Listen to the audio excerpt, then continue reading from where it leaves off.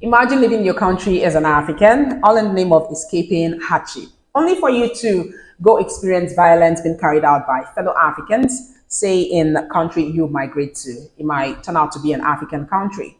Now, in case you do not know what's happening, xenophobic attack is currently ongoing in South Africa, and this is a case of black South Africans, are carrying out these attacks on, other African nationals. And you might want to ask yourself this question: what's the reason for this attack? Now, according to the Black South African community, they are saying these other African nationals coming to the country, take their jobs, take their spaces, sharing on their good standard of living. And you might want to ask yourself this question: are these things being forcefully taken away from this Black South Africans? Well, in case you do not know, hard work is, of course, the decider of who takes what, who sits in what position, who gets access to whatever there is. Right. Now, the second question I want to ask is: are there, indigenous South Africans living, say, in this African country, in that African country? Of course, we have South Africans, scattered across the African continent.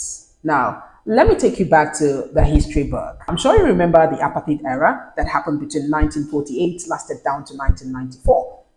If you remember what happened that period, Black South Africans were treated as second-class citizens. They were treated as inferior, citizens in South Africa, by the whites. Now, who stood by the Black South African community at the time? It was actually, other African nationals, other African presidents, right? As a matter of fact, Nigeria, country situated in West Africa, took the bull by the hand, providing financial and material support for the Black South African community at the time. They even provided secret military training for the Black South African community.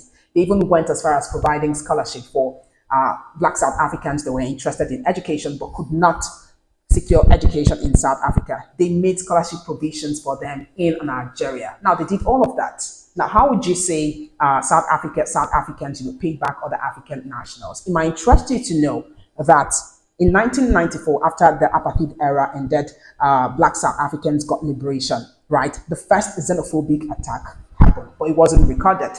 But fast forward to 2008, the major xenophobic attack happened.